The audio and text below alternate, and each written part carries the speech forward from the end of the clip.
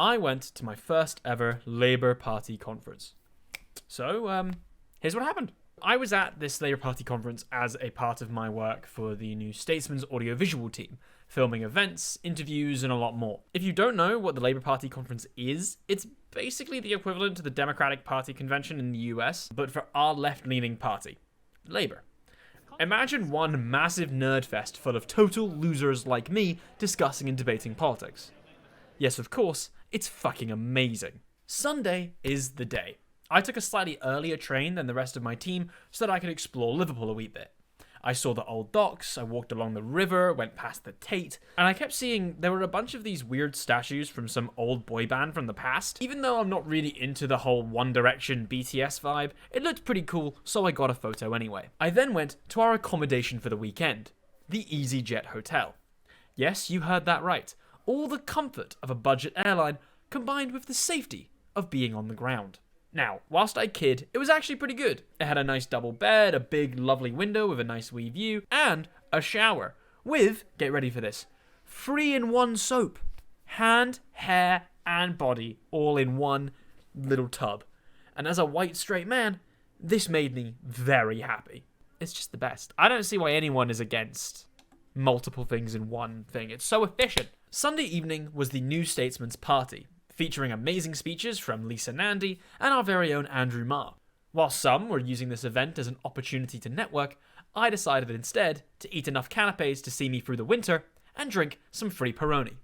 Peroni, the cheapest beer that people think is posh.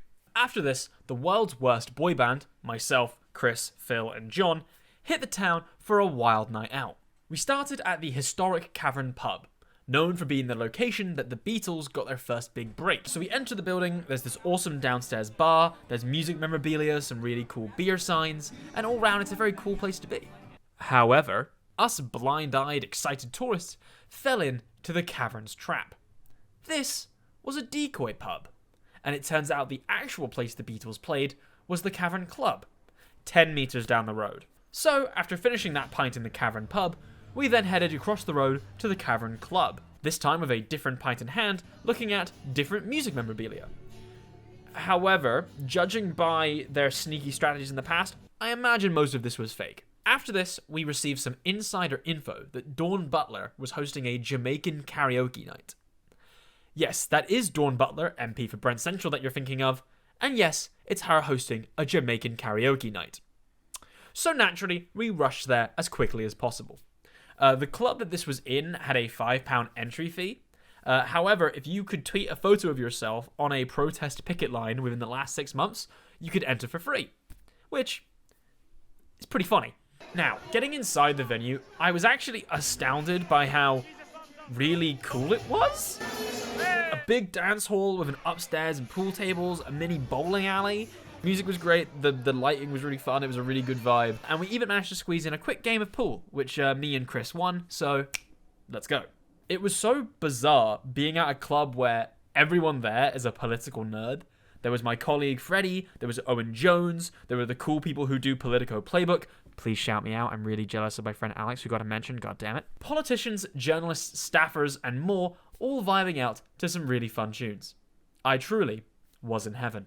After an hour or so here, the night was over, and it was time for an early start the next day.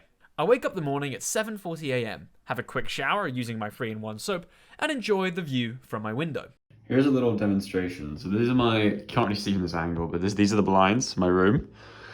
This morning, I had a shower, I'm in my underwear, so let's roll out my thing, let's see what the day is like. If I just unfurl this, you'll see, oh, good morning, office workers in their office, staring at me in my underwear. Hello, I hope you're having a good day. Bet you are now. After this slightly embarrassing and direct wake-up call, it was time for a group breakfast and a chat about day one of conference. Heading off to the M&S Bank Arena, which, amazing name, we immediately head to the New Statesman's event hub downstairs and start setting up. Now, strangely, at conference, everyone just likes to sit on the floor. I don't know if it's some sort of Labour cultural thing, but literally everywhere you go, everyone's on the floor. I saw chairs being available, and people would still be on the floor. I don't really get it, but of course, when in Rome, I partook anyway. And as you can tell, I was loving it. The New Statesman held a bunch of panels and events, and after each one, we would interview one of the star panelists, such as Lisa Nandy, Wes Streeting, Barry Gardiner. One of these interviews, the journalist actually couldn't make it, so I actually got to personally interview the Shadow Secretary of Defense, John Healey. In each mini-interview, we asked 3 questions. One about the panel, one about the New Statesman's events, and one topical question. I chose to ask John Healey about the reports at the time that letters of no confidence had already been submitted into Liz Truss. Here is what he had to say. The biggest vote of no confidence in Liz Truss should be in the hands of the British people. And that's what she should do. Instead of breaking a lot of the manifesto commitments that her party gave in 2019, instead of allowing the choice of our Prime Minister for this country being in the hands of several thousand Conservative members, put it to the people. Let's have a different vision of the future. And the thing about this conference here in Liverpool is that people can see the alternative, the difference a Labour government in this country could make to them and the future and the direction of Britain over the next decade. So do you think that a general election should be called immediately or as fast as possible? She doesn't have a mandate other than the votes of several thousand Conservative members. She doesn't have the confidence of the majority of her Conservative MPs. If she wants to lead the country, she should call and win an election to secure the mandate she lacks at the moment. Normally, the Labour leadership have dodged the question of calling for an election quite a bit, so it's actually nice to get a somewhat decent line for my first time. With my interview cherry popped, it was time to end out day 2. This ended with a star-studded panel. Sadiq Khan versus Andy Burnham. Mayor of London versus the Mayor of Manchester. A battle for the ages. 2 titans striking, north versus south. Okay, it was actually just quite friendly and interesting. Pretty funny. It's actually a really great panel, chaired by the wonderful Anoushka Kellyan. And if you want to watch the full interview, it should be on the New Statesman's YouTube channel. The link should be in the description. I recommend it. After a late finish on Monday, it was time for a posh Italian dinner. Since I am a human, I immediately ordered the calamari, and then this absolutely amazing pasta, and boom, I'm back in the EasyJet hotel. It's Tuesday. It's time for another Bill's breakfast, this time accompanied by Rachel Reeves, who was sitting across in the Bill's cafe with us. That's quite nice. And straight after that, it was off to the New Statesman's event basement. Starting to feel a little bit Groundhog Day-y at this point, but we move. This day, we actually decided to build a desk setup rather than sit on the floor.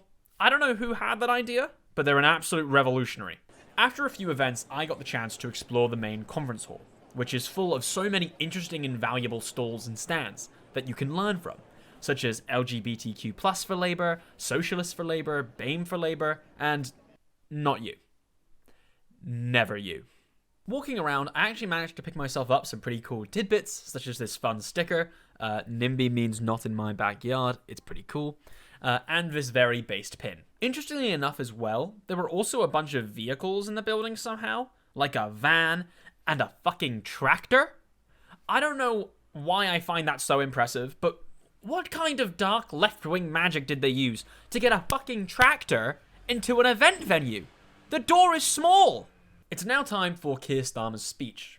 Unfortunately, I actually couldn't get into the main hall, because media elitism. So I went back to our base camp and watched it on our laptops. Strangely though, the Labour Party conference Wi-Fi blocks the Labour Party YouTube channel, which is a little bit odd, but luckily enough, the BBC always comes in clutch. The speech was really great, a lot of really good policy announcements, all of which had Ed Miliband's grubby little mitts all over them. Speaking of Ed Miliband, however, it's now time for him to come on to the New Statesman podcast. I got to meet him very briefly, and after getting him a glass of water, he said to me, and I quote, "You're amazing."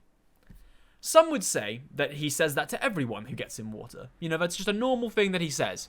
However, no. I think it's because I'm special, talented, and very pretty.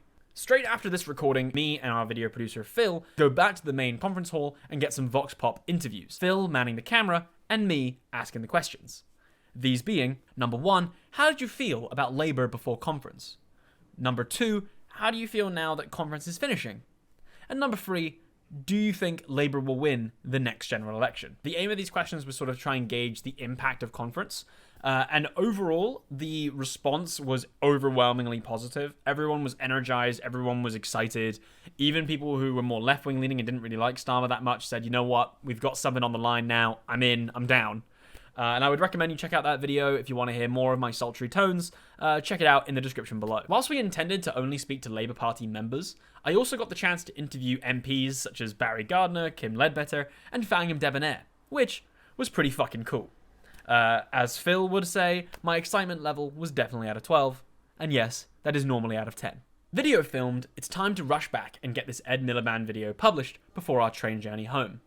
But of course, I did manage to squeeze a little bit of time in to stand in our interview setup and pretend to be a politician. I even managed to do the little hand thing. I hate this thing. I despise this. I've always said if I ever become a politician, which is unlikely, I will bring back pointing. Point you! Vote for me, you know? That force is needed. After a slightly rainy wait and an Uber to the station, it was time to have a Weatherspoons burger goodbye and hop on the train home. I played Smash and watched Ant-Man and ceased to exist for 2 hours before collapsing on my bed or to start work again the next day. So, thanks very much for watching. This was my Labour Party conference vlog. I know it wasn't the most exciting or wild ride, but I had an absolutely incredible time at conference, and I just hope that my excitement and enjoyment has come across from this quite humble vlog. Thanks to the New Statesman for giving me the opportunity to go to this conference. I've always really wanted to. It's a bit of a sad thing to always want, but I have. Thanks to my colleagues in the AV team for not bullying me too hard for making this vlog. And thanks to everyone who I spoke to for making it a great old time. Oh, and Phil, I doubt this, but if you've made it this far in the video, please don't judge my editing. I know you've taught me better. Let's move on. Thanks for watching, everyone. See you around. Ah, I've spilt tea on myself. Oh, God. Oh, no. Oh, jeez. This is going in the B-roll. I feel like every single piece of content I ever make now involves my pot of tea somehow. Like, every live stream I've ever done, you can see me with the pot of tea. Let's go, Bloom. Bloom's beating Modzai. That's hype. Any smashers?